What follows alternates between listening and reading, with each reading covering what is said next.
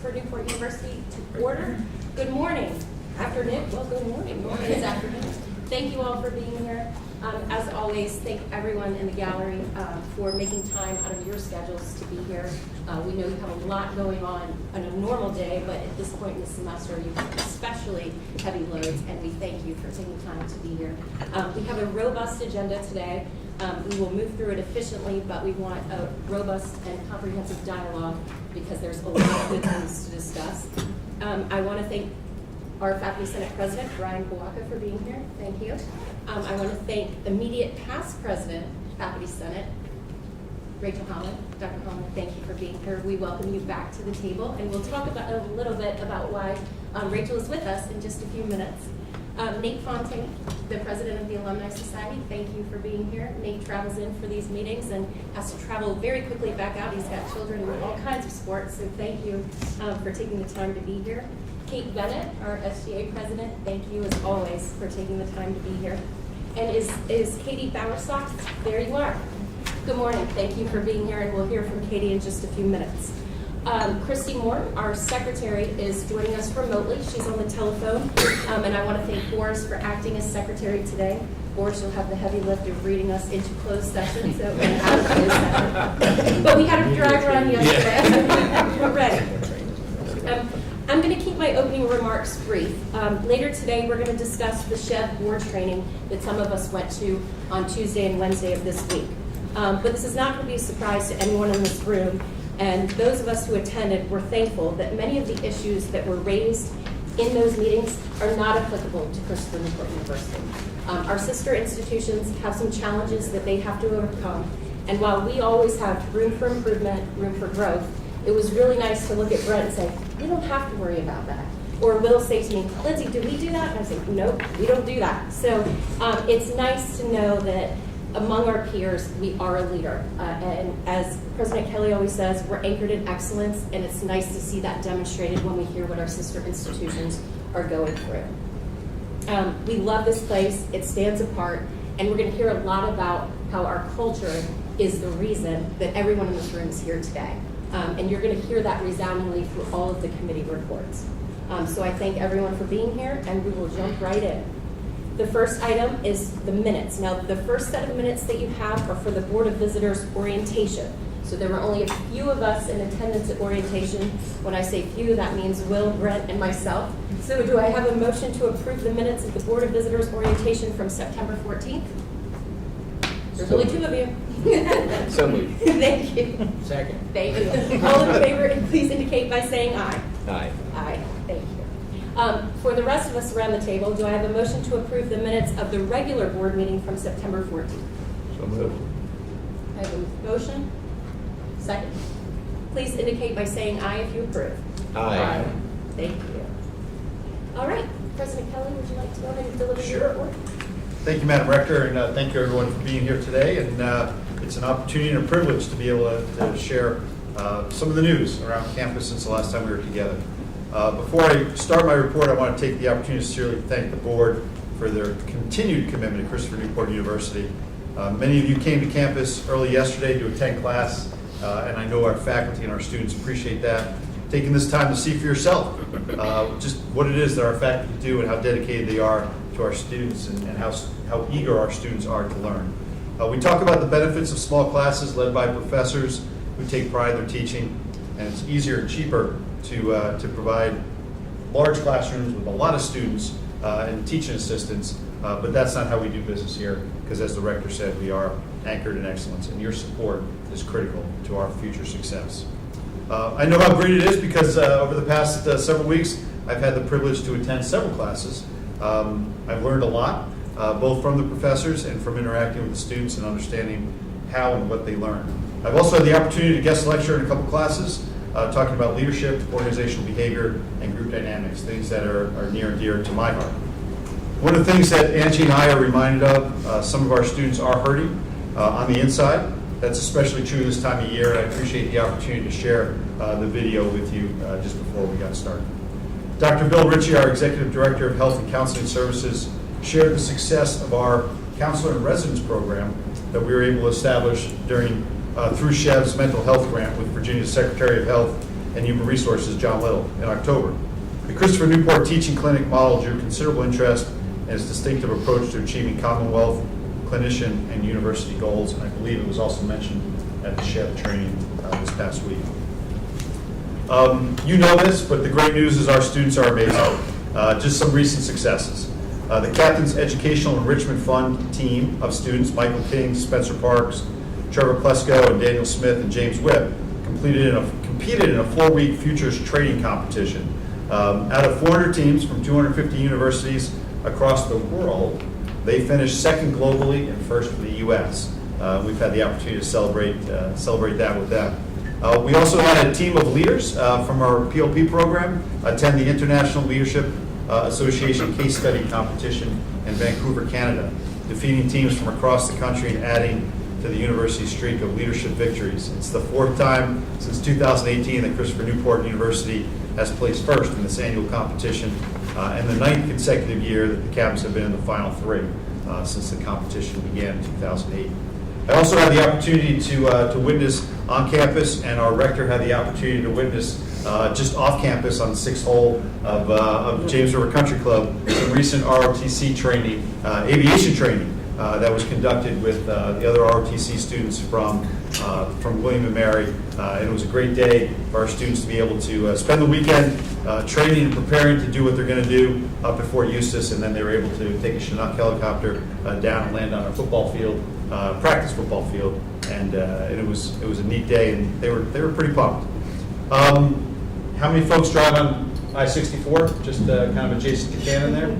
Okay, if you see my ugly mug up there, I apologize for that. The good news is these are the signs that we're putting up on that I-64 billboard to help better promote the university we all love. We recognize that not one billboard is going to change the narrative, but some of our competitors are also on that billboard.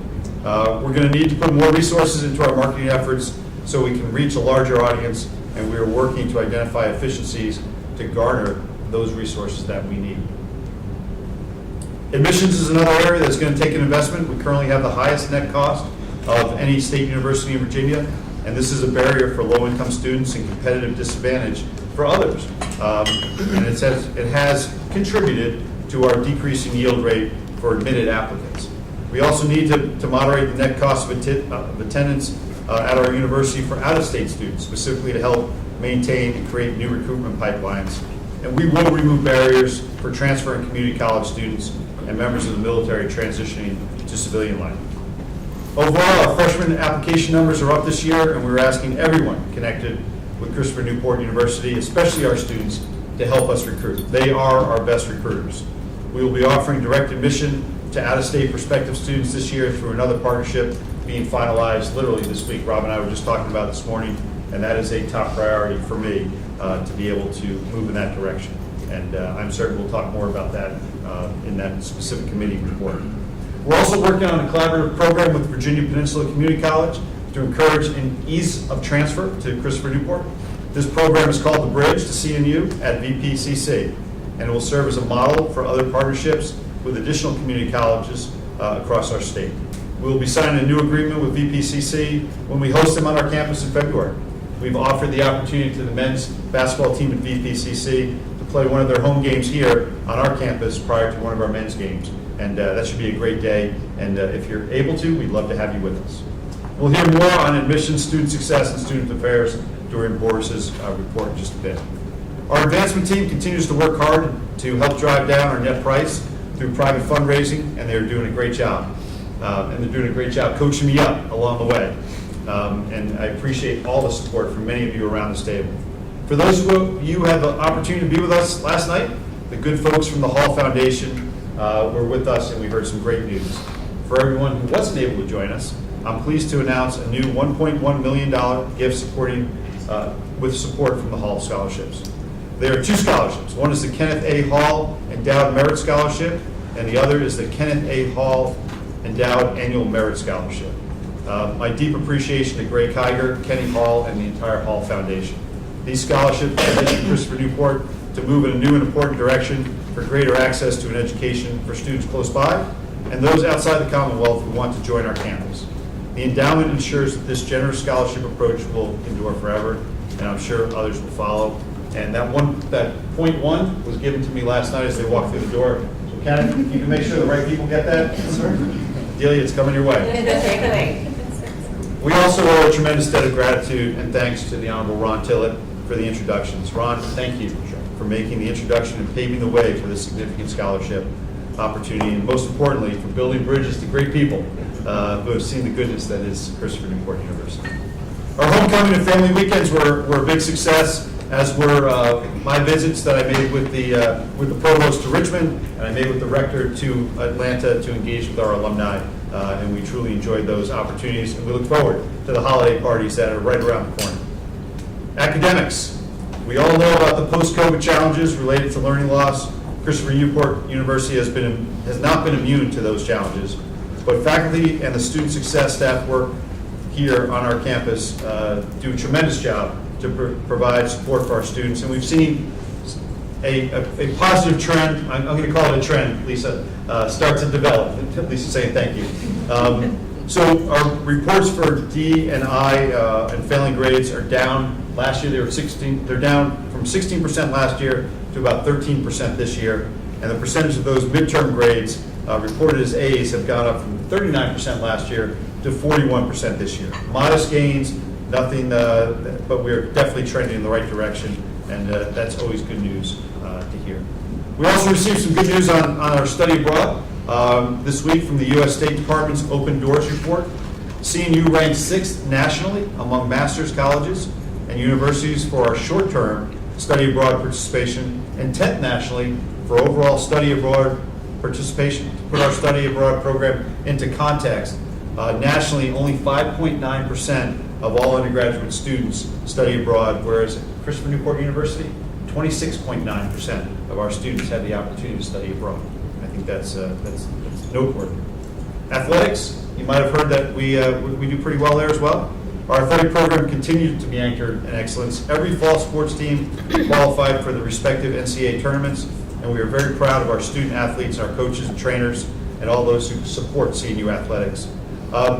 Just to put it in context from an economic perspective, this weekend alone, we are going to be hosting teams from California to Texas to Vermont for the Final Four in field hockey, Sweet 16 in soccer, and then women's basketball.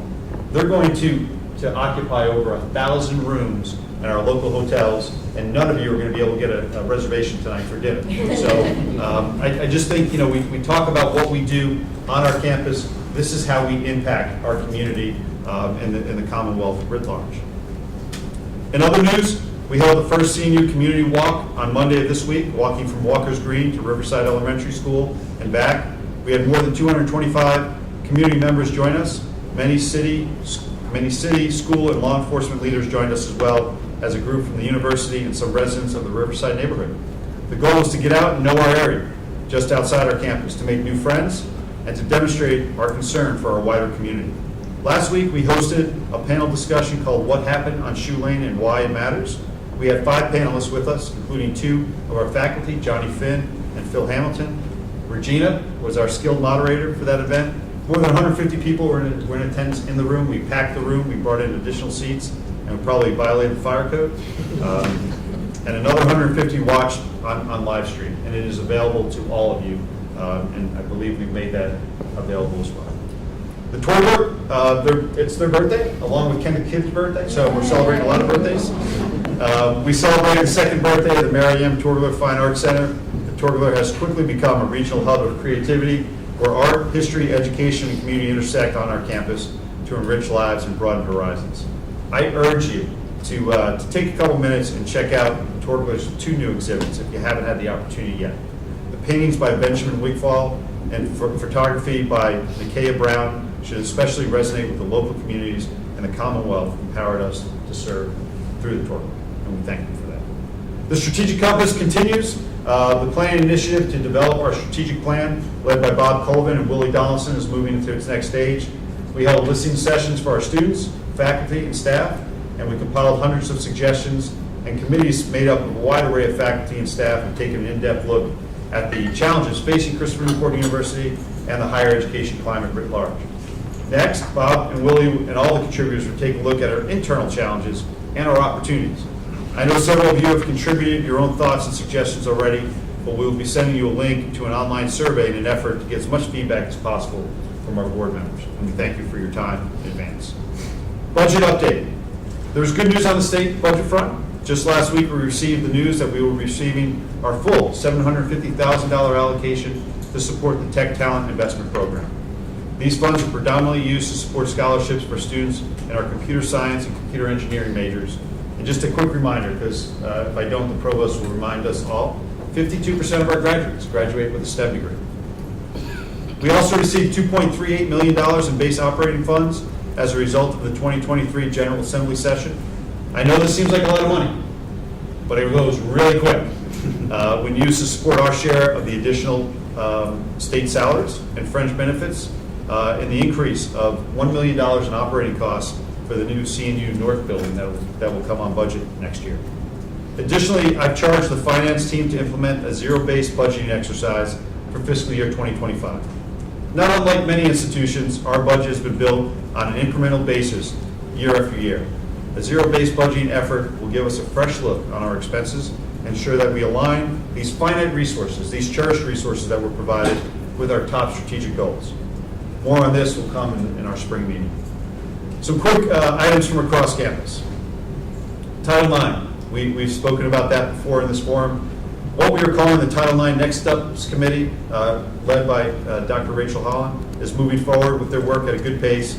And I'll be able to provide you an update with where they're at next Monday, and we'll provide that to the community as well here on campus. The Next Steps Committee will propose achievable, immediate actions to build trust in the Title IX office and enhance a culture that emphasizes the dignity and worth of every member on our campus. There's construction underway. This is the final BOB meeting for Christine. Where's Christine? There she is, back there. And every project I'm about to name has her fingerprints on it, and it would not be possible without her. We're going to celebrate her service formally to the university on December 7th when we christen the new administration building that replaces CNU North. But I'd ask you to join me in a round of applause and thanks.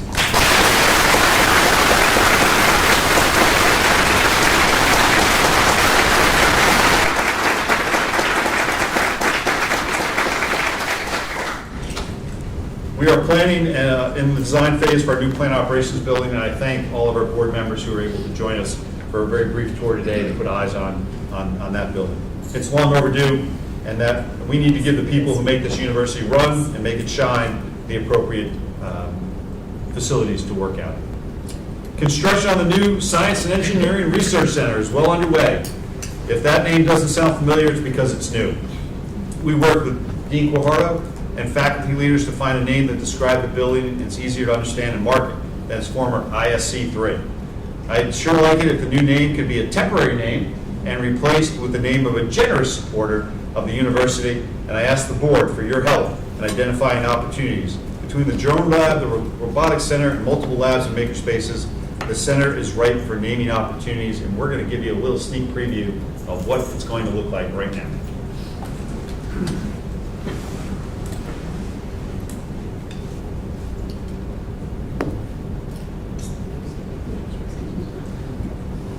There is some music in the slower version.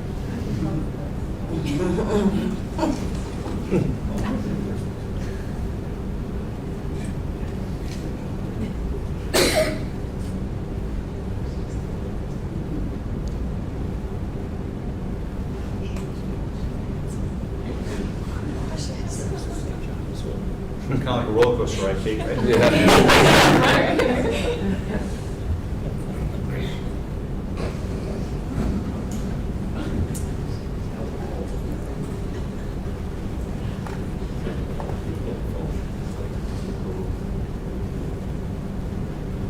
That's our 2-story drone lab.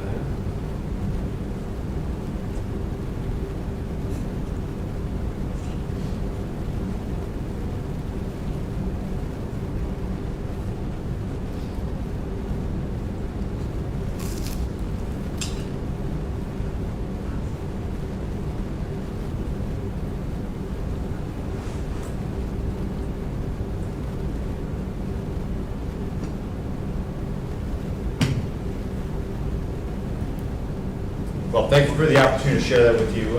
As you can see, there are clearly opportunities there, and it's going to be a great selling point for the university, and I am excited that we will all have the opportunity to see that in the not-too-distant future. The ground is broken, and the construction is literally underway.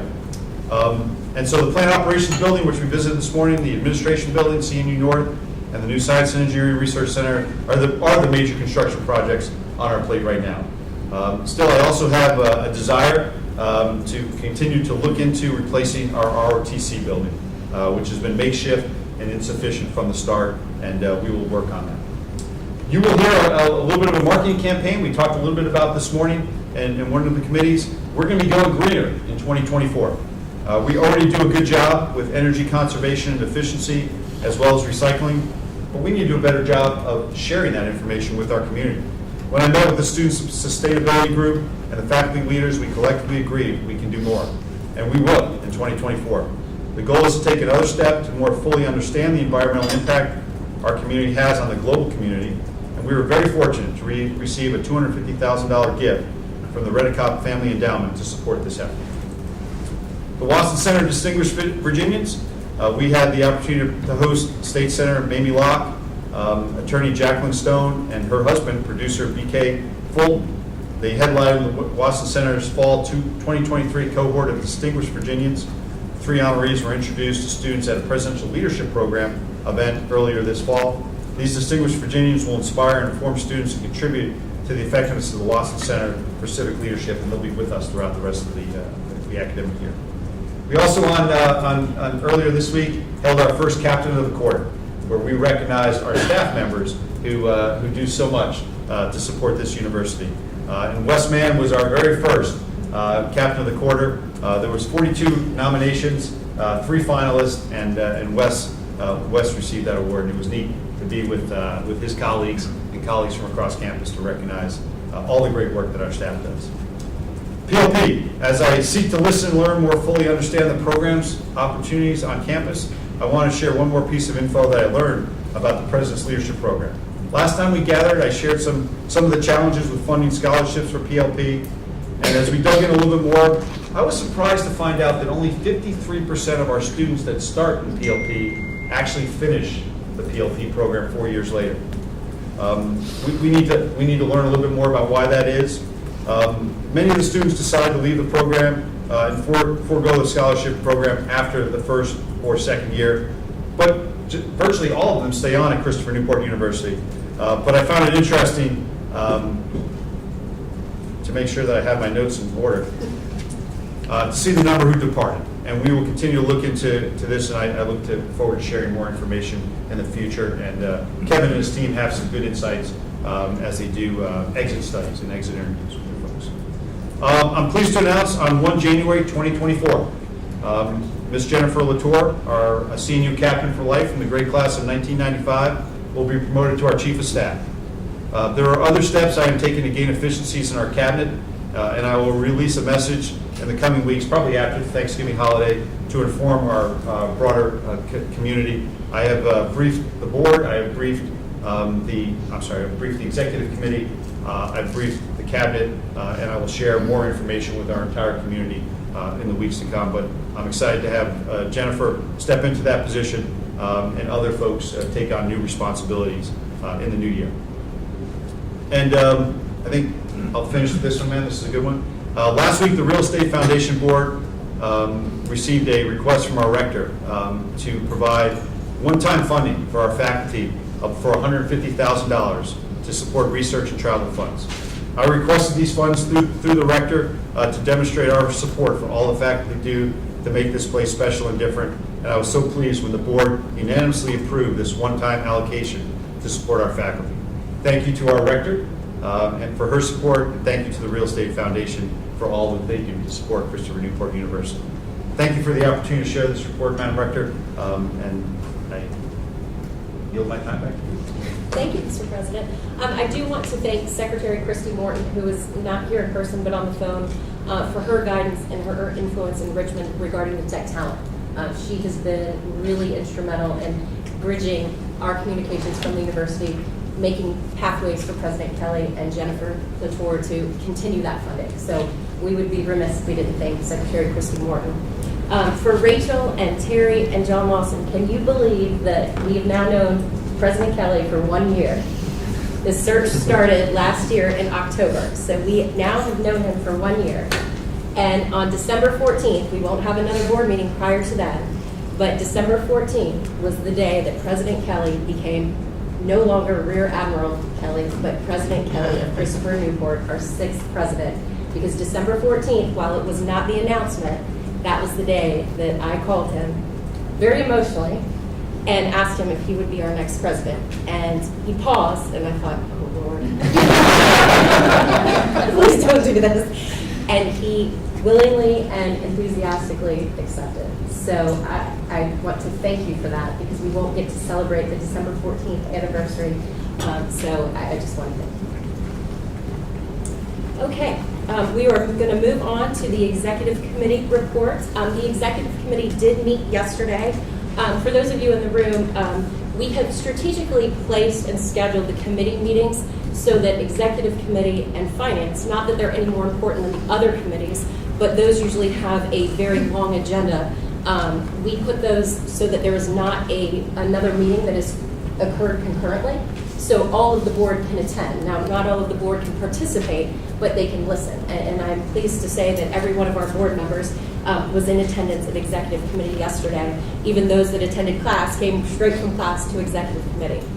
So we had actually a working lunch with a full agenda and a lot of great discussion. If you need to look at it in your board docs, it is section 4 with regard to the items that we talked about.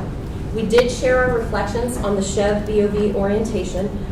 Again, for those of you in the room, the SHEV orientation is for new board members. So Will Estrada, Brent Archer had to go. Ron Tillett is no stranger to any board in the Commonwealth of Virginia, but he is new to our board for this term, so he had to attend.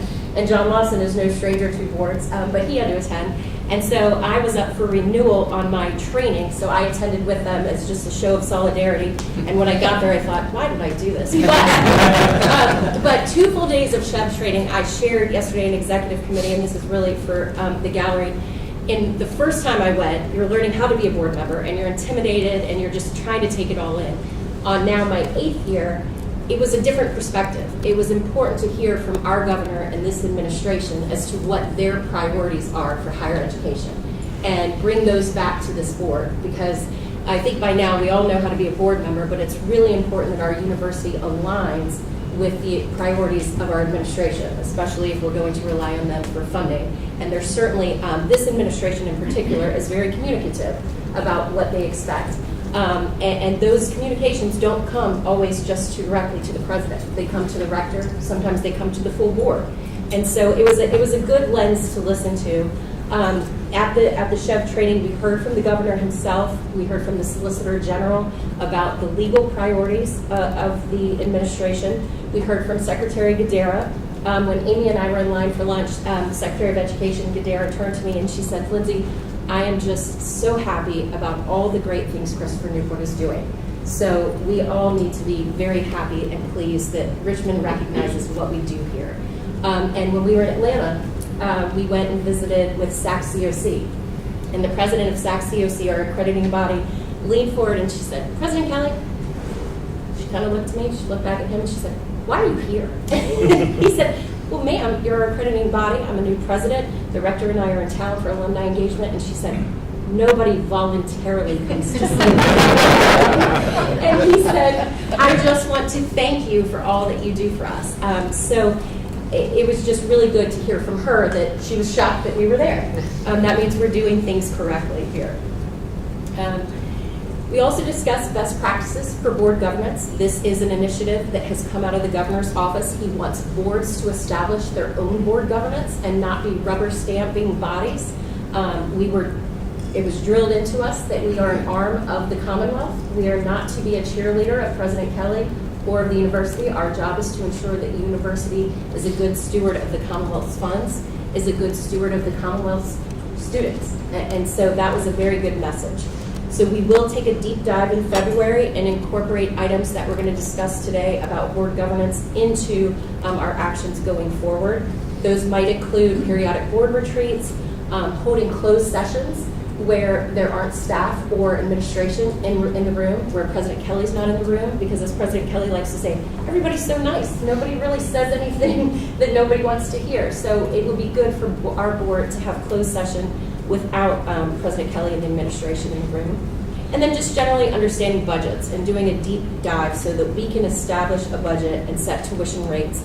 And we can understand, how do our programs prepare our students for the next step, for a career? As Secretary Gadara said, she wants our learning to pair with earning, and that's the priority of this administration. The war going on right now is horrific, period. Increased tensions are rising across all colleges and university campuses. Everyone may recall that we updated and reaffirmed our campus violence prevention policy at our September meeting. We are especially grateful to President Kelly for proactively being on top of messaging to our campus community. He has sent multiple messages. He sent them in advance of the governor's request. The university presidents send them out. And he emphasized the need for acts of kindness, for encouraging our students to seek resources for help. You just saw the video of him and Angie. And so I just want to thank you, President Kelly, and thank everyone in this room for making sure and doing your part in ensuring that our captains feel safe and can walk around this campus knowing that they're at home and they don't have to worry about what's going on in other of our sister institutions. President Kelly also gave us a presentation in an executive committee on the materials he sent us last week regarding the college stress test. We had a thorough discussion on the headwinds facing the university and measures that we're going to have to take as a board to aggressively tackle the enrollment challenges, pressing our legislators to fund the Virginia Military Survivors Independent Education Tuition Waiver Program. As we learned at Chev, the Commonwealth recognizes that's a strain on universities, but they did not indicate that they're going to change that initiative. So we're going to have to find ways to fund it, and this board is going to need to really step in and roll up our sleeves to talk to our legislators about how we can find ways to address that. We as a board are going to have to be actively engaged in lockstep with President Kelly, the cabinet, our new chief of staff, Jennifer Latour, as we move through this year looking at budgets, looking at setting tuition and fees. It's going to take all of us to work together to move that needle forward. We then had our final read of the bylaws amendment, which is to add the athletics committee as a standing committee of the Board of Visitors. Resolution 1 in your packages did pass the committee unanimously, and it comes forward to the board for action. Because it is a motion coming out of committee, we don't need a second, but overnight, did you come up with questions or comments? And please say no so we can move on. All right, do I have a motion to approve Resolution 1 as presented? So moved. Thank you. All in favor, please indicate by saying aye. Aye. Thank you. I'm very pleased that the next item that we reviewed in executive committee was a second proposed amendment to the bylaws of the Board of Visitors. And we talked about this in September. That amendment is to add a non-voting faculty representative to the board. And I'll just refresh everyone's memories very quickly. The Commonwealth of Virginia statutes do not require the Board of Visitors to have a faculty representative on the board. And we're not talking about Brian, who comes as the faculty senate president and reports. This is going to be a board position. And it's not required by the Commonwealth. It is required that we have a student rep, and we are happy to have a student rep. But in talking with Brian and talking with Provost Kidd and President Kelly, we think it's really important that we add the faculty voice. And a lot of that came from the search and from Dr. Holland's participation in the search with just great ideas and contributions, and it's important that we have that voice as a standing member of this board. So the language Brian and I worked on, we did not create it. We used best practices from our sister institutions and tailored it towards Christopher Newport. And Brian, I think we came up with something good? Okay. So yesterday it was a first read, and it unanimously was a consensus. We couldn't take a vote because it's just the first read, but a unanimous consensus of the executive committee that we will take this to a second read at our February meeting, Hence, we have Dr. Holland sitting at the table with us because the way that the language is written, the faculty representative board of visitor member will be the immediate past president of the faculty senate. As the immediate past president, we have welcomed Rachel here today to sit with us because we are anticipating that in February this will pass, and we thought, why wait until February to have her at the table? So thank you for joining us.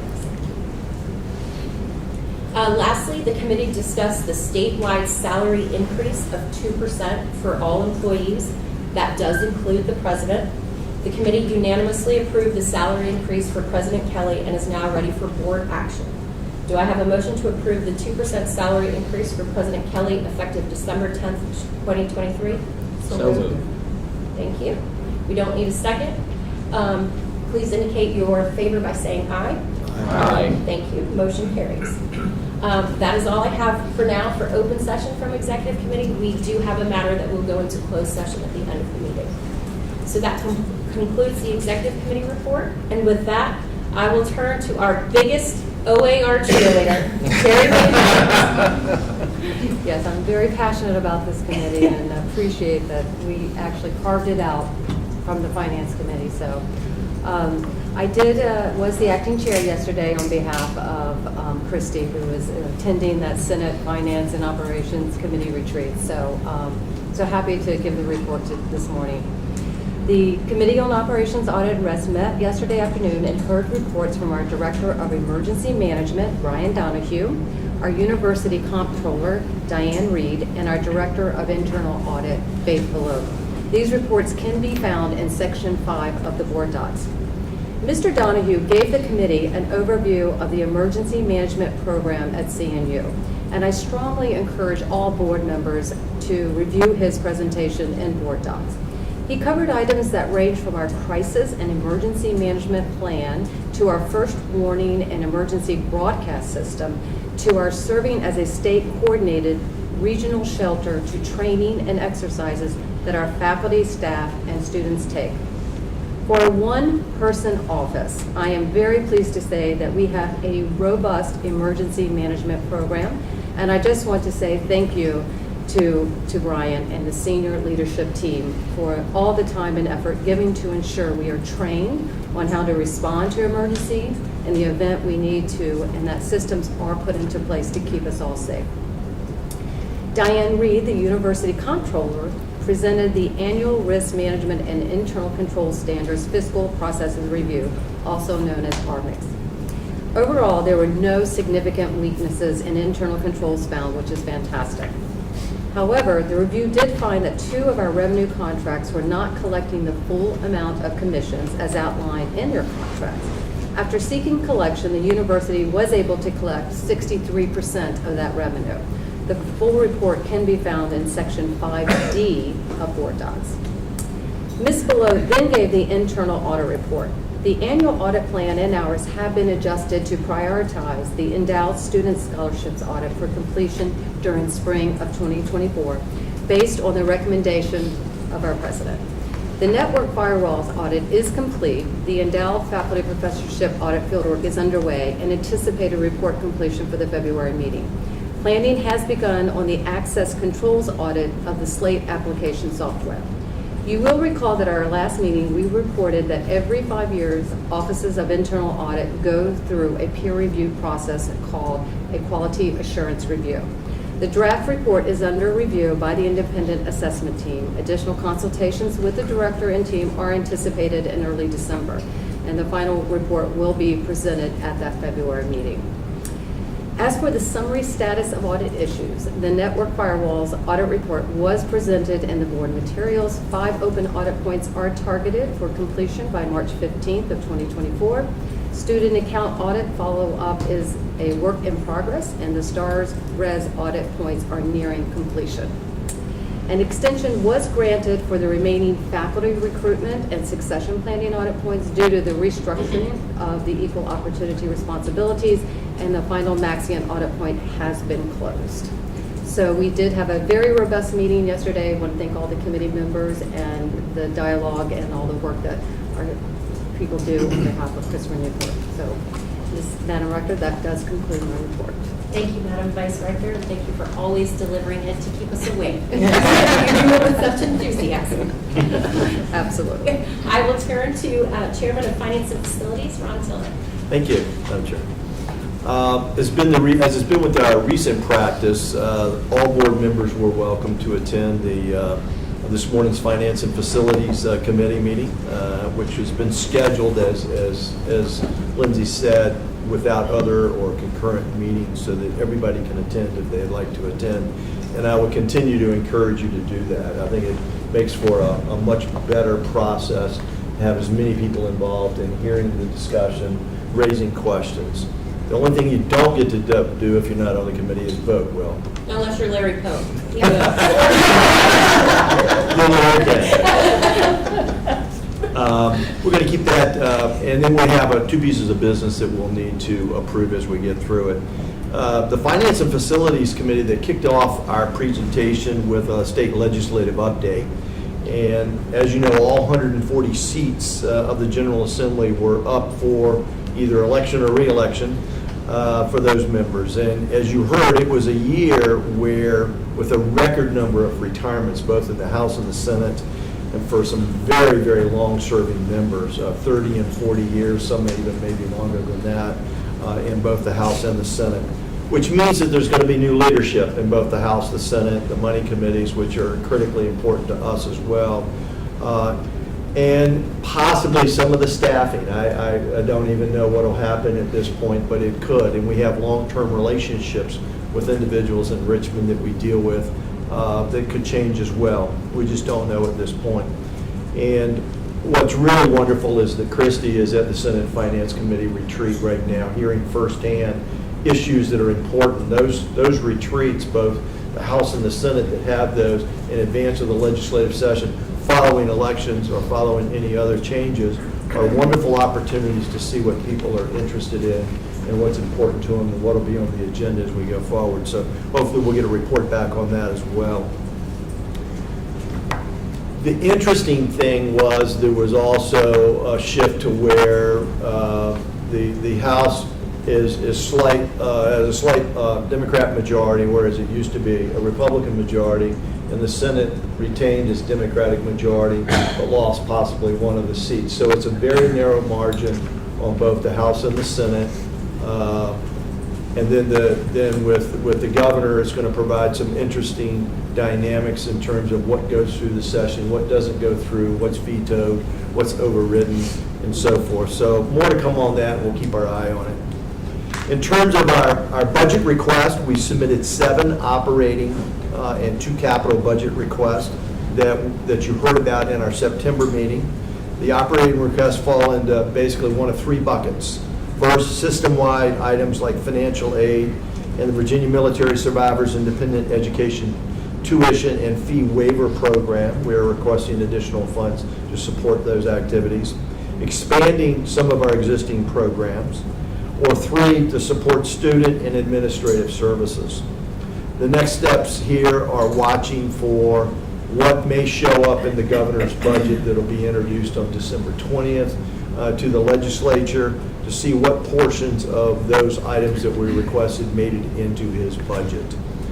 We are going to get an update from Jennifer and Sarah and others as we get closer and closer to that December 20th timeframe to see exactly what happened, to see what our next steps might be, and if there are other next steps in terms of making requests in the legislative process for things that may not have made it in the governor's budget for one reason or another. Jennifer continued with the budget and finance portion of our agenda with the statement of our revenues and expenditures for the first quarter. She also continued to keep us apprised of the fiscal year 2024 operating budget, especially the new operating dollars that we heard about in September and have received in our coffers this month. Our Director of Planning and Budget, Sarah Herzog, provided Part 2 of the 2023 6-year plan for the 2024 through 2030 time period that each of the public higher education institutions must submit to the state every 2 years on a rolling basis. In September, we reviewed the full submission that now needs to be officially approved before the final submission of the report of the Commonwealth. In addition, you will see in your materials something called a fact pack. This was a new element of the 6-year plan process this year. It was compiled by the Boston Consulting Group, and the Commonwealth engaged to help Chev with this, facilitate this entire process. It's extensive. It's a deep dive into as many metrics as you can imagine in a university operation.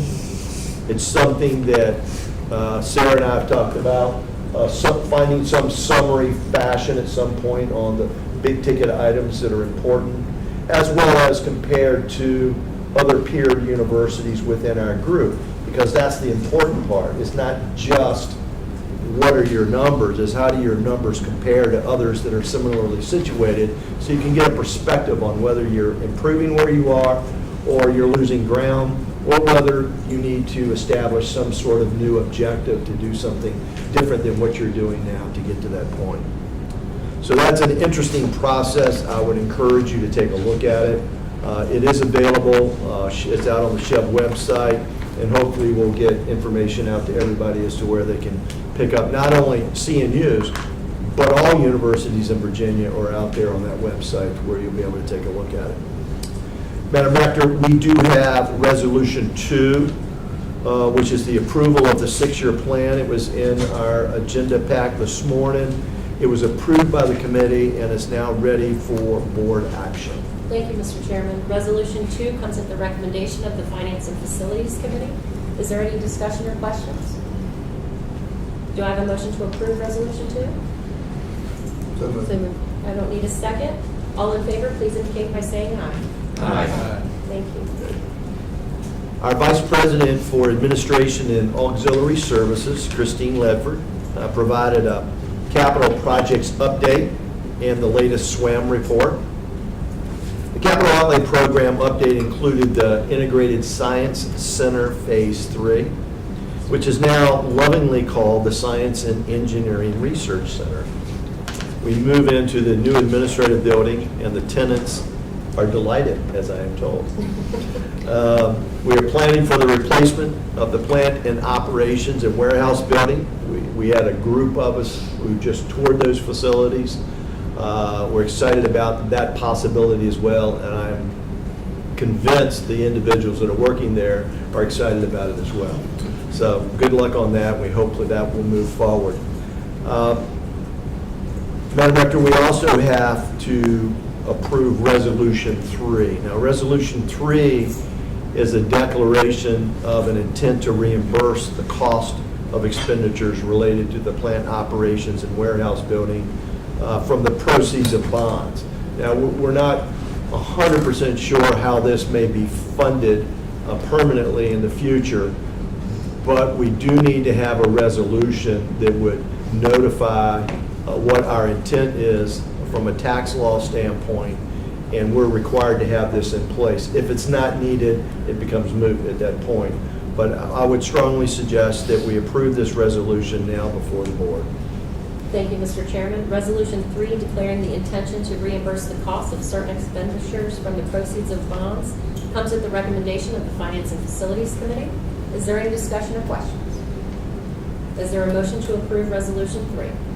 So moved. Thank you. I don't need a second. All in favor, please indicate by saying aye. Aye. Thank you.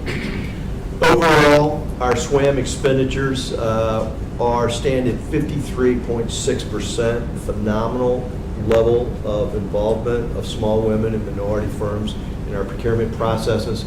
We're over here because I think Christine had a big fair going on over at the David Student Union and some of the facilities over there with SWAM vendors and so forth over the last couple of days.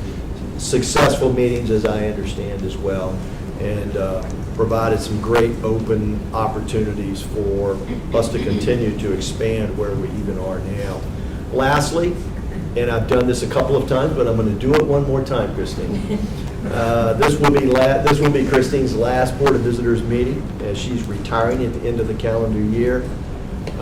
We are very grateful for her service to the Commonwealth over her career, to Christopher Newport University, over the last 20 years here, the fact that she's a captain for life, and the fact that she has her hands on just about every building that's been built on this campus. We do hope that she'll be back on the ribbon cutting, and we wish her well in her endeavors. And my only recommendation to Christine is, they're going to really need you. You can be a consultant now. Christine Lepper, thank you again.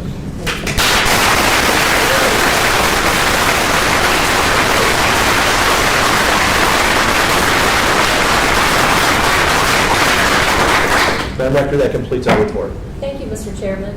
To your point about this shift in the legislature, when the governor was speaking at Chev, a question was posed to him about, how do you continue your higher education priorities with the shift in the power in the legislature?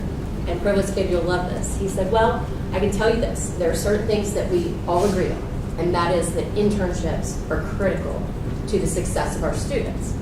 There are going to be things that we will never agree on.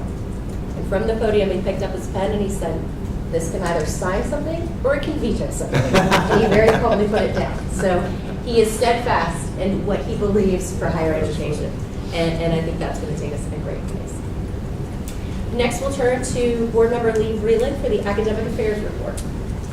Thank you. So we had a great committee meeting yesterday. One of the things that Provost Kidd does is he brings in a different faculty member and a couple of students to share what's going on in that department. Yesterday we had Dr. Sarah Finley, who is an associate professor of Spanish, and she brought two students with her, one who is a Spanish major getting ready to study abroad in Costa Rica next semester, I believe, and Riley Park, who is a MAT student. Complete disclosure, I most certainly tried to recruit him at the end of his presentation. But they did a wonderful presentation. I think that anyone on that committee would agree that it is definitely a highlight to hear directly from them. Then we had Carolyn Davis, Director of Finance and Administration for Academic Affairs, share with us an overview with the budget. Sounds like they've done an amazing job of absorbing the 2.5 budget reduction out of their $53 million budget. Of that, 88% is staffing. So they've really had to get creative in some of the things that they've done. For 2024, they reduced the faculty from 282 to 272. But I believe you were able to keep 276 positions. Is that correct? We had 276, so we were over budgeted. We were essentially over budgeted, so we had to come up with ways to cover the over budget. So your count's right, yeah. Okay. Just read what the number you Yeah. gave me. They were also able to reduce the number of sections that are taught by adjunct professors. Typically, the class size has been about 19. They've increased some of those class sizes to 24. We did talk about that yesterday, and that is still in line with what other universities our size are doing. They also eliminated 2 part-time faculty positions and still managed to absorb the 7% pay increase for faculty and staff. In terms of the 25 budget challenges, we will still have to handle the 2.5 budget reduction. They're still looking to determine the best way to cover those 2 additional positions, looking at class sizes, looking at streamlining the systems that they are using. For instance, they just implemented DocuSign, and I think that everybody agreed that that was a very good investment on behalf of the university, and are looking at other ways that they can streamline some of the processes internally. The ongoing efforts that they continue to work on, so I thought this was pretty phenomenal. For sabbaticals, in the past, they have been able to fund up to 10 sabbaticals a year for 1 semester. Now, there's a lot of sabbaticals that are put in for the whole year. Last year, they received a total of 22 sabbatical applications, and they were able to fund 13 of those 12 being a semester sabbatical and 1 being an all-year sabbatical. In an attempt to take the pressure off of the 1 semester sabbaticals, they have increased the support for year-long sabbaticals to 70%. And they received 23 applications this year. Nearly half are for all-year sabbaticals, and they are going to fund all applications for sabbaticals this year. So I think that's a huge thing for the faculty and staff. Looking to do a review of the salaries, and I think that you said that would be probably out in January. Yeah, we should get our first cut at that, I think, December 15th. So, Doing an administrative support review, so that would be for any admin assistants, any support staff, looking at a review for that to determine the greatest needs, workloads, and opportunities for efficiency. And reviewing the departments to make sure that they're maximizing the split between tenure and non-tenure faculty. So really just looking to do a review of all components, especially staffing, to make sure that they are efficiently using all of the positions that are currently there and what positions may be needed. I'm not going to go into the update on the Science and Engineering Research Center because I think President Kelly did a great job of covering the highlights with that, as well as the post-COVID academic improvement and the study abroad report from the Open Door report from the U.S. State Department. So that is my summary of our meeting yesterday, our report. Thank you, Madam Chair. Any questions? Okay. Well, we will turn to Board Member Boris Robinson to deliver the student life report. Thank you, Madam Rector. So with the student life report, we met yesterday afternoon, and it's always a very interesting and engaging meeting. You learn a lot about what's going on with the student body here. And so I'll start with one of the first issues. Well, actually, I'll start with a comment, and then I'll talk a little bit about some of the concern. But President Kelly addressed this earlier, that the Executive Director of Health and Counseling Services, Dr. Bill Ritchie, shared the success of the SHEV grant-funded the Counselor in Residence program with the Secretary of Health and Human Resources, John Little, in October. Christopher Newport Teaching Clinic, the teaching clinic model, drew considerable interest in its distinctive approach to achieving Commonwealth, clinician, and university goals.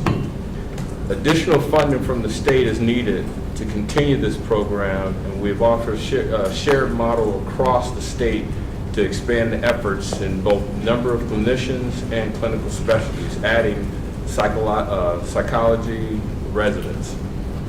So when we look at that program, you can see there was a lot of success, but obviously there's more funding needed in order to continue that. And I think Christopher Newport has really set the standard on the direction we should go. Now, as we look at that, one of the things we saw earlier was the film or the video clip with President and First Lady.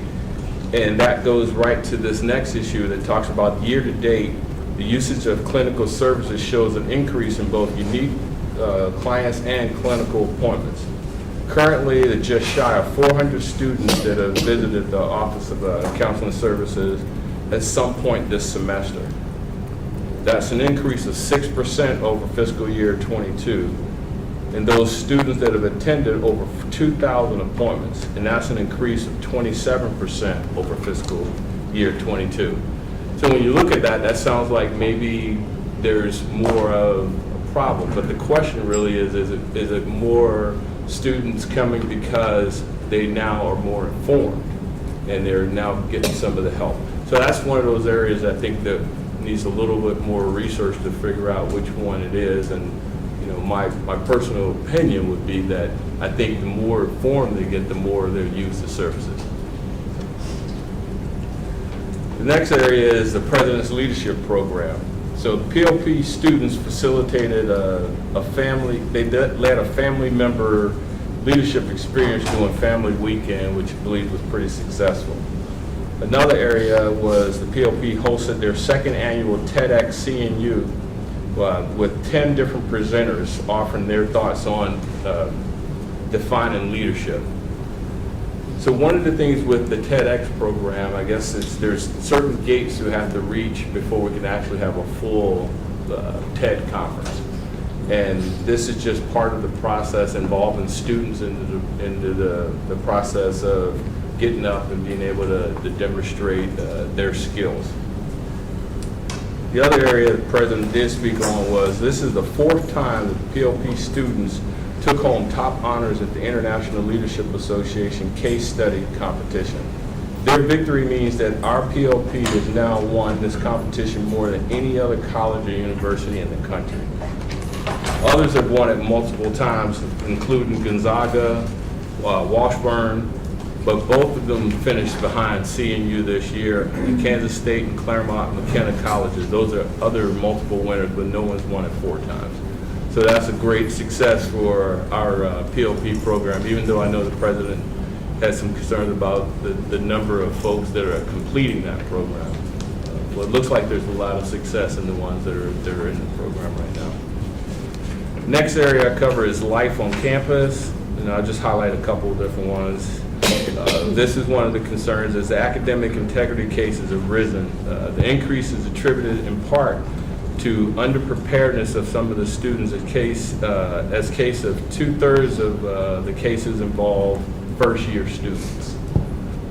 More alarming is the overall severity of the issues as significant intentional violations are occurring. So they're coming up with more creative ways to do that, and that's just one of the areas that we need to look into a little bit more. Going with that, the first-year students also report a number of social challenges that exceeded their anticipated levels of concern. Primarily areas including personal relationships, feeling of being overwhelmed, lacking of connection to the campus, financial and career-related issues. I think a lot of these are just concerns you can expect of a kid, especially, and not to get into different generations, but I think what we're seeing now is a lot more kids are coming to school that don't have the same skill set as maybe some of the we had in the younger days. I guess that's a easy way to put that. We also got a briefing from, I'm going to call him Wojo, that's what he told us to call us, but the chief, the campus safety officer, Chief Dan Bololinski, I think is how it's pronounced, Bololinski, not Nowowski. Chief Dan. So, like you said, just call him Wojo, I guess. But anyway, he provided us an overview of the University Police Department. He shared information about the community policing model, data regarding calls for service, and the philosophy of the department on how it handles various issues, including recent examples regarding expressive activity on campus. What we really liked about his presentation was you could tell his heart was in it. He talked a lot about the type of policing that the students get to know the officers, and that they're sworn police officers. And I think sometimes people tend to forget that. They think, well, they're campus security, so they work for Christopher Newport, and they're not sworn peace officers. But he did do a really good presentation on that, and I really appreciated that. I think the rest of the committee did as well. Moving on, I'll go to what Dr. Lisa Duncan-Rain spoke to on the Career Center. Students continue to be heavily engaged in the Career Center, hosted 3 job internships, fairs, and 3 graduate school expos, all with strong student participation. Appointments with the Career Services staff are up 11%. Job and intern positions are up by 6%. Student and alumni are actively applying for these opportunities and demonstrated by a 40% increase in the number of applications. It looks like the Career Center is doing real well in providing the assistance that we need for students. On the student successes, the activities with the Center of Student Success has been robust this semester. Tutoring appointments and group review participation has significantly increased, and individual appointments have nearly doubled compared to this time last year.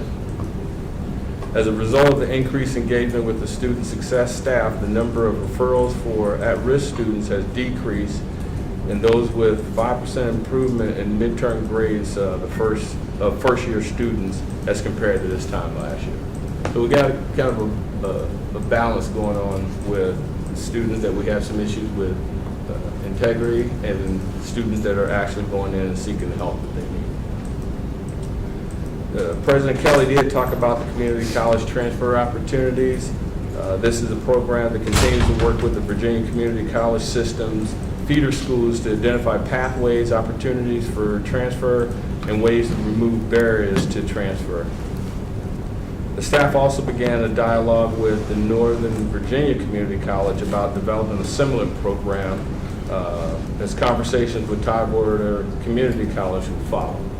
So there's a good interaction that's happening between our community colleges and a bridge to being able to come to Christopher Newport University.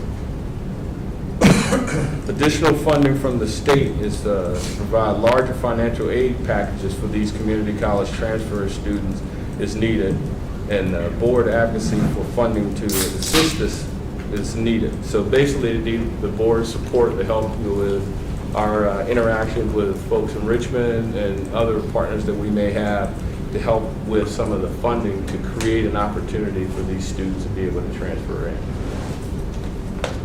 And finally, I'll speak to Dr. Rob Lane. He talked about the admissions, early indications of progress towards enrolling for fall 2024 freshman class, positive.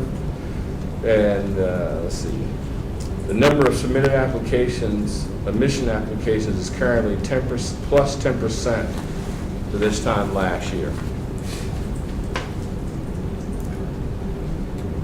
The President already talked about the yield rate, so I don't think I need to follow up on that. One of the things I will talk about is several new and evolving strategies that are being employed to positively affect admitted students' yield, aimed at eventually increasing the freshman class to 1,200 and the out-of-state percentage to fall cohort of 10%. Let's see. And then I think the last thing that I'll cover is the out-of-state scholarship funded with foregone revenue from out-of-state upcharge, discounts on scholarships aimed at increasing the yield, thus the number of percentage of out-of-state students. I think that's pretty much it for our report. Thank you, Mr. Chairman. Any questions? We mentioned this in executive committee yesterday, but there was a robust panel at SHEV on student mental health. I think it was quite phenomenal. I think we all agreed on that.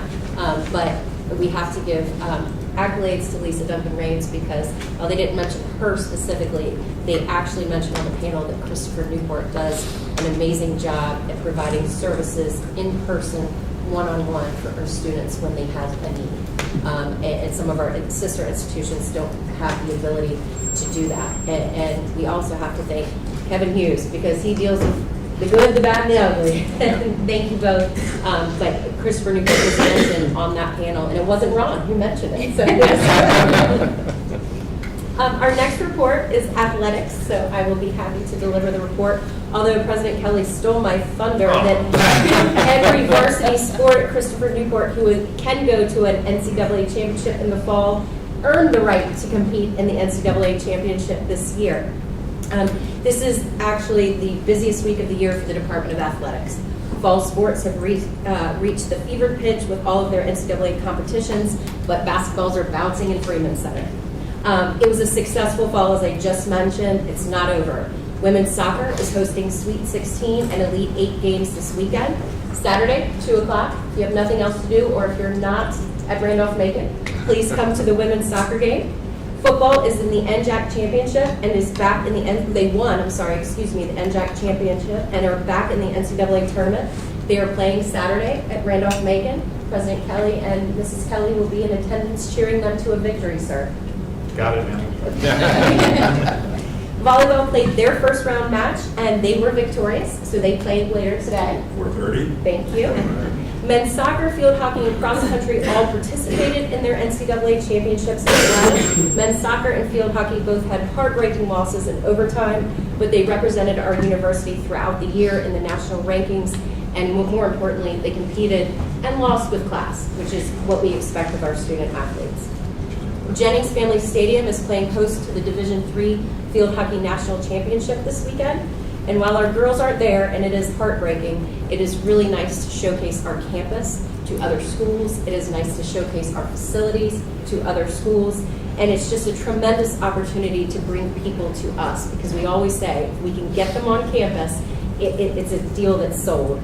Middlebury, Babson, Johns Hopkins, and Kane are all playing tomorrow with the national championship game on Sunday at 1 p.m. Men's basketball has begun their season with one of the most challenging schedules in the country. They currently sit at 2-2 overall, but they did defeat Randolph-Macon on Wednesday, which was good. New board member Will attended his first basketball game, and they were victorious, and he kept telling Kyle, I think it's me, I'm the lucky charm. You are. Johns Hopkins will be coming to the Freeman Center on Saturday to face our men's basketball team. They have the opportunity to be very good again. You all will remember they are the national champions. We rolled down the banner against Randolph-Macon on Wednesday. The national championship banner is down, and we have to thank President Kelly, because Kyle was very humble and kept saying, we have enough banners, and President Kelly said, not that one. Women's basketball, off to a 4-0 start, and they welcome a group of extremely talented teams to the Freeman Center this weekend for their first weekend of home games. Coach Broderick's team will play a very difficult schedule, and by February they will compete for another run in the tournament. We heard from player Gabby Sandiego yesterday, and she's just a phenomenal person, above and beyond being an excellent athlete. She's a phenomenal person, and she shared with us how Christopher Newport has become her home, and how the scholarship opportunities here are the reason that she came. And she is encouraging her younger brother to attend. So we love that.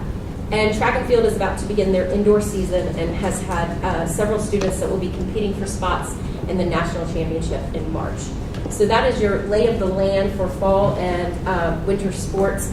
The committee also talked about, we started last meeting with kind of a history of the conference and the evolution of how we came to be in the current C2C conference.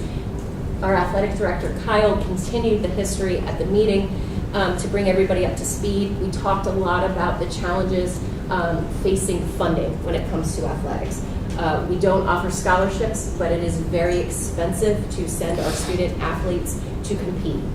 And we went through a lot of the matrix of what it costs to send them on a bus versus a plane.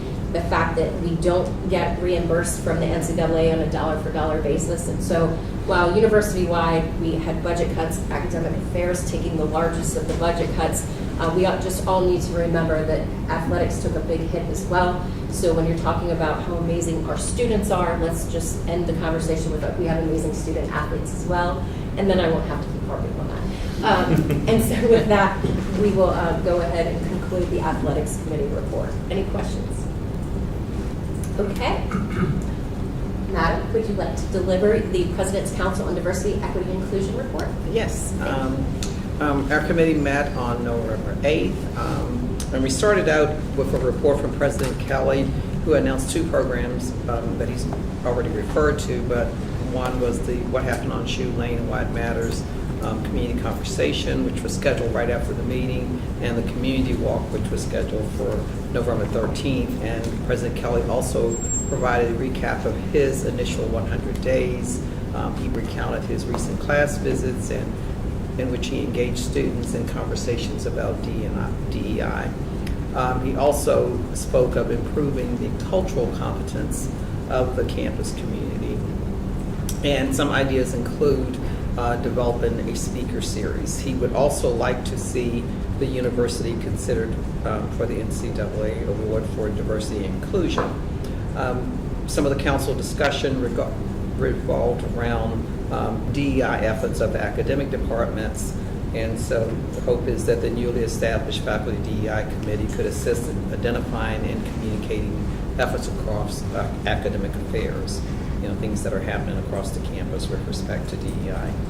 The council discussed its current state of formation and determine its goals and priorities, and that is something that we will continue to discuss. The group may consider getting external assistance with providing education around council development and key DEI topics. Val Dickerson provided an update on 2 community conversations that occurred on October 19th. One was WHRO's Another View presentation on race in higher education, and the other was a community event that was held at Hampton University. And that was a panel discussion as well, and we had some folks in attendance from CNU there. There is a faculty recruitment and succession audit which was discussed, and there is a need for some definitions regarding DEI and measurable goals for the strategic plan. So that's an ongoing action item for us to deal with. So a couple of action items from that particular meeting was to invite Dr. Pat Hopkins, Chair of the Faculty DEI Committee, to upcoming council meetings.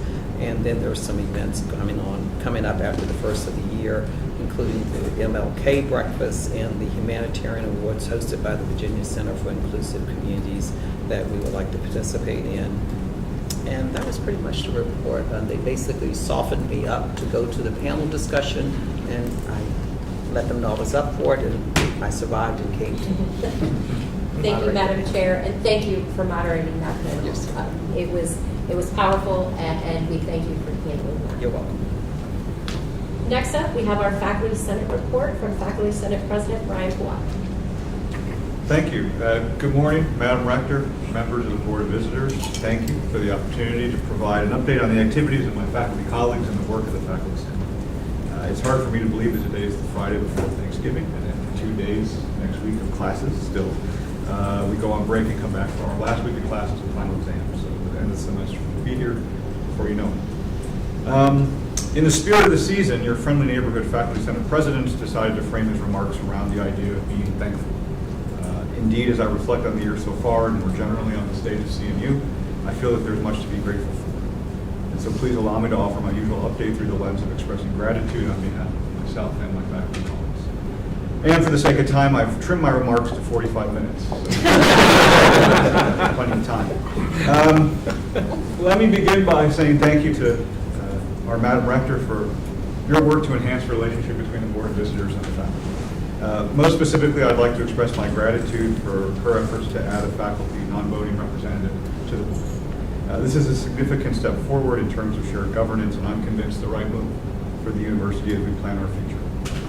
I'd also like to thank her for her advocacy on behalf of my colleagues and her role in obtaining foundation funds to support our work this year. Those were really necessary funds, and we will very much put them to good use. I'll add that I've had the pleasure of interacting with more board members outside of this meeting in the past few months than I ever have in my previous couple of years as Faculty Senate President, and for that I'm also grateful. I was delighted last night to talk to a few board members of their experiences attending classes with my colleagues and how much they enjoyed that, how much value they found. I'd like to in particular thank Regina again for her involvement with our panel and serving as the moderator for the Shoe Wayne event we had. It was a powerful event, to echo what you've already heard, and it brought us together to discuss openly and honestly a difficult chapter in our history.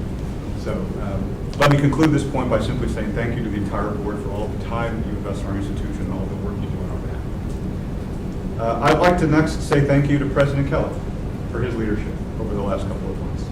There's been no shortage of things for him to figure out since he started in July, and I can only echo my colleagues when I say we appreciate the integrity, the sincerity, and the energy with which he's approached the job.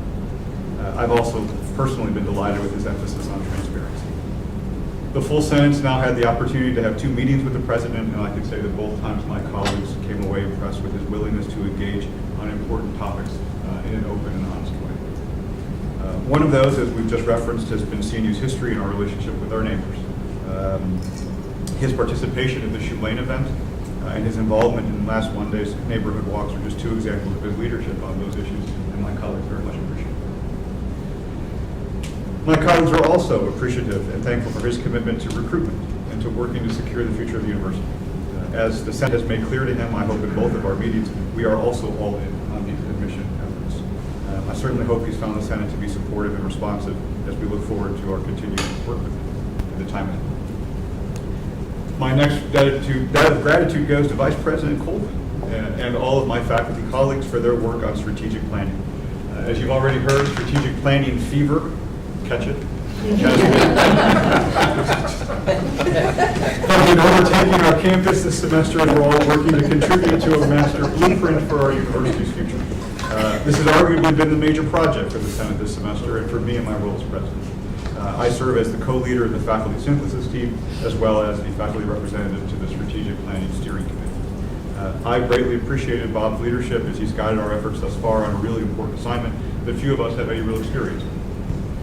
I know we're not yet even through one semester of this multi-year process, but I thought I'd offer a couple of short observations about how this is going at the level of the faculty. First, the grassroots, ground-level nature of the process, combined with the commitment of our president, signals a culture shift on our campus that my colleagues recognize and can feel. We're in the process of creating a more open, collaborative, and supportive campus culture that welcomes new and different perspectives. This is an intangible change. I realize that, but I think it's an important one. Second, being asked to consult meaningfully on the future of the university has empowered my colleagues to think much more intentionally about their work, about our institution, and about the landscape of higher education more generally. I've been impressed by the conversations that I've had with my colleagues about CNU and our shared future, and I've been astonished by some of the clever ideas that I've heard in the meetings that we've had. I've been taking notes and keeping track of things that I hope we can do in the time ahead. Moreover, I'm just simply reminded of how amazing my colleagues are. I say something like this to you, I know, every time I come, so it won't surprise you, but my CNU colleagues are extraordinary in every way. We are fortunate to have them here. Their commitment to our mission and their passion for serving as teachers, scholar, mentors to our students is our greatest strength. And this leads me to my third, and I promise final, observation about strategic planning thus far. I've taken heart from listening to my colleagues recommit to what it is I think CNU does best. Providing a top-notch undergraduate liberal arts education with strong faculty mentorship that prepares students for success in most any postgraduate endeavor they decide. There is no school in Virginia that does what we do as well as us. Not Tech, not JMU, not Mason, not William & Mary. We need to get that message out there as clearly as possible and use it to recruit the students who want to have the kind of experience that we offer. So let me conclude this strategic planning point by reiterating my thanks to Bob and to my colleagues who've inspired me to be much more optimistic than is my nature. I could go on, but I won't. As you can surely surmise from my remarks and just walking around campus, as I know you all have in the last couple of days, Faculty Senate has been hard at work this semester. We have our meeting at 3 o'clock. And my faculty colleagues are busier than ever as we move toward final exams. So let me conclude and just once again reiterate my gratitude for the many wonderful people who make CNU home for me and for my family, and for all those who work to support our mission. Madam Rector, board members, thank you for all you do for this special place. I wish you all families a restful holiday and all the best as we move forward toward the end of the calendar year. I'm happy to answer any questions, but I appreciate it. Thank you. Thank you, Dr. Kawaka. Any questions? Well, thank you for that. And I want to express again gratitude to you, because on top of teaching and leading a department and leading the strategic planning on behalf of the faculty, you find time to meet with me, and we talk. And in a couple of our first meetings, he was very stoic and sat like this. And in our last meeting, he actually leaned forward and smiled at me. And I have class at noon and then the exam, and I have backup people covering it, so yeah. Well, thank you. I appreciate it. It's been wonderful. Well, thank you very much. And I asked him last night, I said, am I going to have to brace for anything in this report? He said, not this one, I'm thankful, but I can't promise you for February. With that, we will turn to our Alumni Society report from President Nate Fonte. Madam Rector and members of the Board of Visitors, thank you for the opportunity to give the November brief for the Alumni Society. This has been a very busy reporting period for us with all the activities, obviously homecoming and everything else that takes place, which was a resounding success overall. First off, I want to thank you all for the support. We did present Dr. Jane Chambers her honorary captain for life, so she is an honorary captain for life and alumna of Christopher Newport University now. So thank you for that support. She was almost as surprised and as happy as when President Kelly gave her the coin. She said that's still number one, so her honorary degree status is number two. So sir, a great job making a huge impact for a woman that's been very impactful to document the history of Christopher Newport, but also well over 20 years of educating in the English department here at Christopher Newport University. Other programs we had started this year an initial program to just test the waters about getting social media engagement with the alumni, Office of Alumni Relations, and we had put out there that we were going to give gift certificates to alumni educators. We ended up with over 118 people requesting it, and they had to talk about how CNU shaped how they educate in the classroom. We did finish that up. Thank you to President Kelly for asking to make the phone calls to the 10 recipients of that award. They were very happy to hear from the university, but again, continue to try to build that connection and let them remember that when you do contribute time, talent, and treasure to the university, it does help the community and those who have been here and the university's programs. The Life After School Explained series. So this was a gift that was started by the class of 2021. It walks students through multiple different avenues of how to get insurance. What does it mean? How should you dress for interviews? How should you handle interviews? How do you go about buying a house? How do you go about renting a place? So the Alumni Society Board is now taking the great work that was set in the foundation by the class of 2021, and we've started the video series. We've already recorded sessions on renters, auto, and life insurance. Was our first three, and they were the insurance category. We are currently setting the scripts and recording with university staff healthcare insurance programs, segments on business dinner etiquette. So how should you go? How do you pair, important things? How do you pair wine with meals? Those important life lessons we all have to learn. So cigars and bourbon, we'll have to make a note. Very good. But also how to get, again, your own apartment and managing money, right? So it's another way of bringing alumni who are experts in those fields back to help graduating seniors, as well as those alumni who are recently out of school, how to navigate life after this. We had a very exciting chartering of the marching captains, which was very well attended. And again, President Kelly, thank you for being there to bestow that on them. They were very excited. We've discussed the Lunch and Learn events last update I had for you, but we'll kick that off in earnest after the holiday season, just based off timing of folks. The Alumni Society Board has gone through with Keith Roots and the Office of Advancement.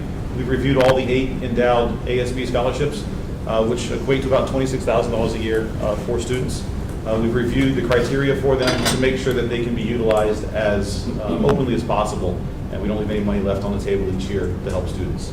So we're continuing those efforts. Those will come back to the board at our December 14th meeting. Some homecoming highlights. We had 382 captains registered, and we had sold out Alumni Alley.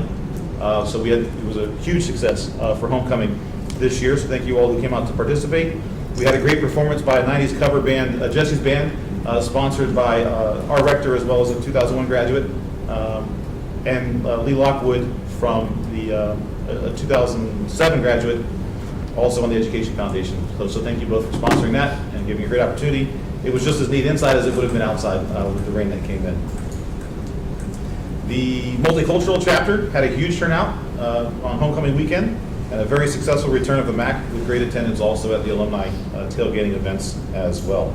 The marching captains, who will hit 20 years next year, right? So exciting times for them. They've got great plans in the works for the marching captains. They had 28 alumni in the alumni band on the field for homecoming game. They had over 40 plus for the tailgating, and obviously well over 30 for the chartering ceremony that we held over the Ferguson Center. The Peninsula chapter hosted a sold-out and very well-run and organized Muriel Miller Championship or Golf Classic tournament, and the additional chapters, football, Richmond, Roanoke, and others, also held tailgating events on Alumni Alley as well. Save the date for next year. Homecoming will be October 19th, so we look forward to seeing you then. The alumni holiday parties have been scheduled on dates, so if you're not aware, the Richmond one will be December 4th, the DC one will be December 5th, the Peninsula one will be December 7th, and Southside will be December 11th. So I plan on trying to make every one of them, but we'll see how far I can go in a couple tanks of gas. To wrap this up, we continue to work closely with the Office of Alumni Relations to track towards the engagement metrics. Everyone's very excited that it's no longer advancement-based on how well our alumni connect with the university. We're very excited that it's engagement-based. So how often do alumni respond? How often do alumni update their information? How often do they attend events? How often do they volunteer? So it's based more on building that relationship. So we continue to work with them to solidify those efforts. And with that, I believe that's my auctioneer's version of this month's report. Well, thank you, Nate, and thank you for the initiative about, just teaching and encouraging life lessons.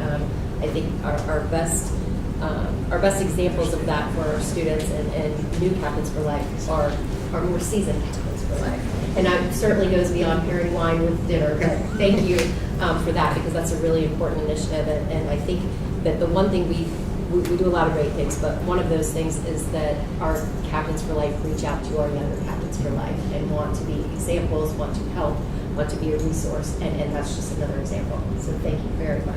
Thank you, ma'am. And I will say, President Kelly and I golfed in the tournament, and we did not finish last, sir. And it would have been bad form if we beat everyone. So we I shanked a couple shots on purpose. Yes, that's right. Madam President, would you like to deliver your student government? Yes, of course. Okay. Hi, everyone, and happy Friday. When I last spoke with you all, the semester had just started. Campus was bright, students were happily reunited, and organizations immediately got to work on fostering a great year. Now, the weather is chillier, the coursework is certainly harder, but campus is just as vivid. Our anchor organizations have been hard at work planning and executing some of CNU's most formative and traditional events. The Panhellenic Council hosted their annual Women's Leadership Summit last month, in which several incredibly impressive women with diverse careers and lifestyles were able to come and share their insight with our women on campus. The Residence Hall Association hosted their annual trunk or treat later that month, where a number of student organizations, faculty, and community members gathered to pass out candy to children in the local area. My personal favorite was CNU PD's Paw Patrol theme car. The Campus Activities Board brought back two extremely successful events, Fall Fest, which welcomed over 700 students, and their annual Haunted House, which brought over 200 students. And amazingly, 11 students from Alternative Break spent another fall break serving the local Newport News community this year. Along with tradition, we have also embraced a number of new happenings on campus these past few months. The National Panhellenic Council just welcomed a brand new chapter, Phi Beta Sigma. The Student Diversity and Equality Council, with the help of the OSI and our alumni, drafted a policy that resulted in the opening of our new multicultural student lounge. This space is open to all students, but was created with the goal of ensuring that all of our multicultural students and organizations feel as though they have a place for them on campus. The Student Government Association has biasly been hard at work. We hosted our first listening session with President Kelly on Monday, November 6th. Students from all classes came out to express what they love most about this campus, what they would like to improve, and why they choose to commit to our values again and again. I was definitely proud to be a captain that night. Then next week, we hosted an accessibility open forum where we welcomed Christine Ledford and Jacqueline Barnes to hear our remarks. I am so grateful to be facilitating these opportunities for open communication between students and the university, and thank you so much for being willing to come and listen to those. Ultimately, students are tired. It's absolutely that time of the semester. We're excited to go home and spend time with our families for Thanksgiving and then holiday break, but nonetheless, we also recognize that we have much to miss back on campus during this time. We are continuously challenged and rewarded by the university each year, and we know that we are better students, leaders, and humans because of it. We are eager for all that is to come next semester, and I'm especially eager to report it all to you afterwards. With that, I would like to introduce Katie Bowersox to share her experience here at CNU. Katie is a senior from Fairfax, Virginia, studying neuroscience, leadership, and psychology. She has many, many involvements that I'm sure she will expand on more in her testimony, but some to note are being founder and president of the Service City Club, a service track coordinator, and winning a number of titles at leadership conferences across the world, like we mentioned. Katie undoubtedly embodies what it means to be a captain, and I'm so happy she could be here to speak with you all today. Thank you, Kate, for the introduction, and thank you all for having me. Kate already told you a little bit about me, but just coming into college, I really wanted to learn about the brain. Throughout middle school and high school, I did projects here and there. I didn't really know what I was getting myself into, but I knew that I wanted to dive more into the brain, and that's part of the reason I chose CNU was for its neuroscience program and, of course, the beautiful campus. I anticipated that my college experience would consist of super hard classes, spending hours in the library, and basically doing homework all the time. And if I'm honest, that's exactly what my freshman year looked like. COVID times, there wasn't else much to do but work hard. So that's what I did. And although that's what my freshman year looked like, that's definitely not all that I found here at CNU. Through the honors program, I've been able to move directly into my upper level classes related to my major and minors. And then I've also gotten the opportunity to take unique seminars unrelated to my major, like Illusions of Broken Systems through HBO's The Wire and Fractals to Infinity. Both classes I never thought I would be sitting and taking, but I'm better for it. Through PLP, I've had the opportunities to attend leadership speakers, get involved in my community through the service hour commitment, and participate in leadership competitions. This past spring, I participated in the Leadership Challenge event in Topeka, Kansas, where my team and I earned second place, the Collaboration Award, and the Emerging Leader Award. LC was a unique experience in that I was able to take all these leadership skills that I've been learning in the classroom and apply them to a real-world scenario. And then most recently, as a couple of you all mentioned, I participated in the International Leadership Association Global Case Study Competition in Vancouver, Canada, where my team and I won first place, and we focused on neonatal and maternal deaths in Mali and applied leadership theory to the issue by creating a global collective leadership model. In addition to those experiences through honors at PLP, the summer before my junior year, I also had a very impactful internship with the Amen Clinics. If you all don't know, the Amen Clinics is a psychiatric and brain health clinic, and they provide top-of-the-line brain health imaging that you can't get anywhere else in the world. At that point in time, I would have told you that working at the Amen Clinics was my dream company, and I would have done absolutely anything to work there.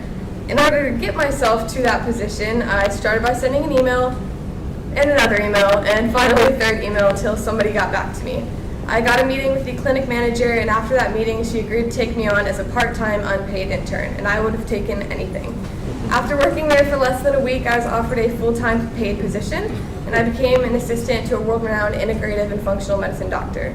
I learned vital communication and time management skills while also learning detailed information on their services, mental illness, and the brain itself. All of this was important and added value to my education, but I would have had a lot of these experiences at another university. What I couldn't have gone and done beyond CNU is form the relationships with faculty and staff that I have and develop a passion for service. I have no doubt that I would have pushed myself academically at any school, but getting involved with an organization called Service City, as Kate mentioned, and the faculty and staff here is what honestly has changed my life trajectory. My freshman year, I came in knowing I wanted to do service and get involved in the community, and so I went on the Center for Community Engagement website and I just surfed it until I found a nonprofit called Service City Peninsula. Service City is an international organization with locations around the world, including the Caribbean, Europe, Asia, Africa, and the Middle East. Service City started in Brussels, Belgium in 2005. And I started serving them on the peninsula in fall of 2020. They had outdoor service opportunities, so that's something I was able to get involved in right off the start. And before I knew it, I found something I was really passionate about. I kept going back and doing more and more service until eventually I gained more responsibilities there. I ran their social media for a very long time. I joined their core team that runs their organization, and I even started a club for them on campus my sophomore year. I joined the core team my sophomore year, in which now I attend monthly meetings, and I'm able to provide insight as a young adult and a young college student. Service City Peninsula is well established and entirely volunteer run by people who have decades of experience in various industries. The people I found on the core team have given me more experience, and they've given me more than I can put into words, if I'm being honest with you. I found a family with them and people I can rely on. They've guided me through Service City, through college, and life itself. I admire their dedication to service and to better their community, and it's a quality that I hope to carry with me for a long time. I decided to start a Service City Club on campus my sophomore year because the entirety of my freshman year I spent going to service events and pulling people with me. I would say, hey, there's an event on Saturday, who's going to come? Text any group chat I could come up with and just bring people with me. And so through starting the club, I was able to ask even more people to join me and gain other students and their interests as well. Service City Club started from nothing. I started in fall of 2021, my sophomore year, and after running a year, running the club by year by myself, I had only had 30 students. It was a little discouraging, but my junior year, I went back, did it again, and the club just grew exponentially. We now have over 175 members in the club, making us the largest service organization on campus. We have a 9-person executive board, and we've accumulated thousands of service hours. Not only have I had opportunities to learn how to run an organization and manage people and get hands-on leadership experience, but also through Service City, I've gotten to travel to places like Lisbon, Portugal, and Nairobi, Kenya. In October of 2022, I was invited to attend the annual Service City International Forum in Lisbon, Portugal. I was specifically asked to lead a workshop on engaging young adults in youth and service. This was a really neat experience for me because I realized that what I was doing on the peninsula at CNU was something much, much bigger than me, the club, or anything on the peninsula. I was a part of an international movement of volunteers. This past October of 2023, I had the chance to expand on my Ferguson Fellowship by traveling to Nairobi, Kenya, where I also am working with them to help them start a Service City Club at the African International University. I got to see some of my friends that I'd made the previous year and was reminded of the greater picture that I'm a part of. Possibly even more importantly than this, I've had the opportunity to grow personally and professionally and to dig deeper into my passion for helping others. Service City has made such an impact on me that I plan to change my career path to go into nonprofit work. Beyond Service City, the unique element that CNU offers that I may not have found at any other school is the relationships with faculty and staff. There are a lot of people I can mention because I owe faculty and staff a lot of the success that I've had here as a student. However, there's a few key people that have helped me succeed when I wasn't sure I was able to. I was hesitant to even participate in ILA or LC, the leadership competitions, let alone become a team captain for the case study competition. But Victoria Carrico, the assistant director of PLP, pushed me to do it because she thought I could do it. Before I knew it, my team and I had won. And then junior year, I decided to go back and take the second semester of organic chemistry after waiting a year because it wasn't required. And before I could even do anything, Dr. Higgs, my chemistry professor, reached out to me and he sent me an email and he's like, "Hey, what changed? Let's check in. Let's see how you're doing. How can I help you better prepare for this semester?" And Dr. Donaldson, who had no idea who I was, but I emailed him asking like, "Hey, you're smart at business. Would you please just share with me your knowledge, right?" And before I knew it, he's helping me line up jobs, complete projects, and help figure out my career path after college. All these faculty and staff members have been people that I can rely on and are people I consistently go back and say hi to whenever I see them. I can't say enough about the staff and faculty at CNU because I truly wouldn't be myself and I wouldn't have found my career path without them. Dr. Donaldson has even helped me to identify plans post-graduation. Since my first meeting with him, I've started exploring the intersections between my passion for helping people, my neuroscience background, and my passion for the mental health field. I'm looking to possibly get involved in project management, work at a nonprofit, or work in the mental health field. I'm taking steps towards this next semester by working at the Faison Center, doing an independent study with Dr. Donaldson, and growing my leadership abilities through PLP. I'm certainly learning as I go, but I'm happy to say that CNU has made all of that possible.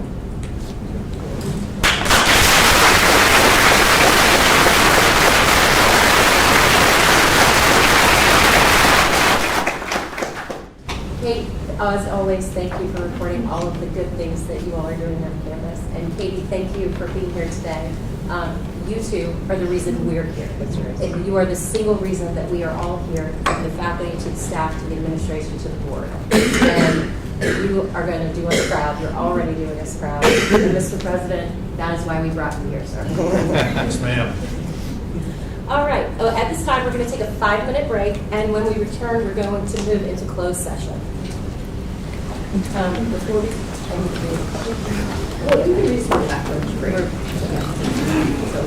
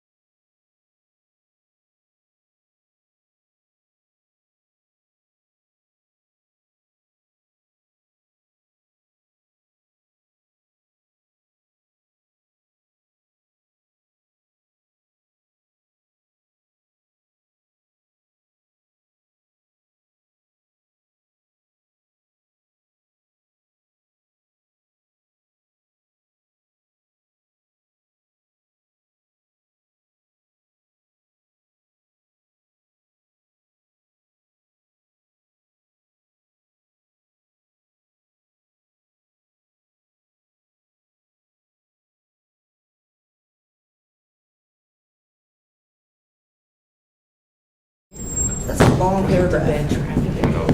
All right, we'll wait for the record to get back. Oh, I bet that's what glasses on. I didn't get to see it.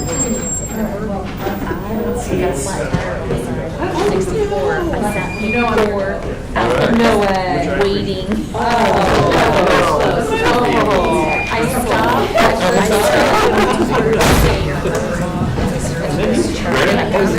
All right.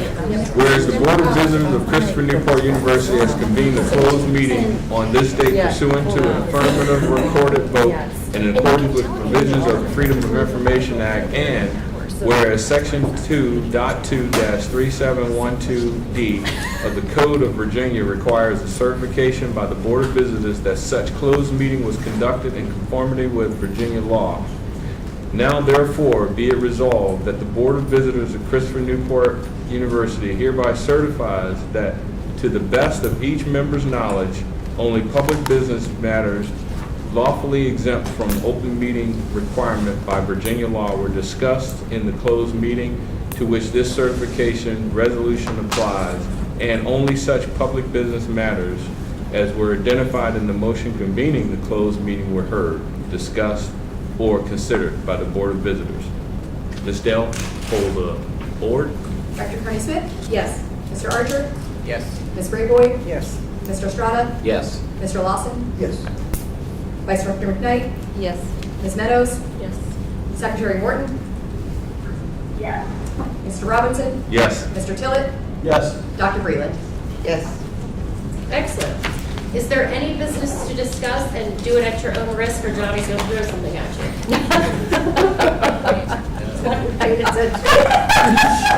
Home excuse. Well, before we're excused, I have to say that since we've been on the board, and we've had amazing board members and had great relationships with the board, this is by far, I think, the best board that we've had in the 8 years that I've been here. And so I want to I just agree. thank everyone for helping me get through all of this. So thank you. And I wish everyone a very, very happy Thanksgiving, and we'll see everybody in the new year. Happy Thanksgiving. Happy holidays. Well, Let's say, we're adjourned. All right.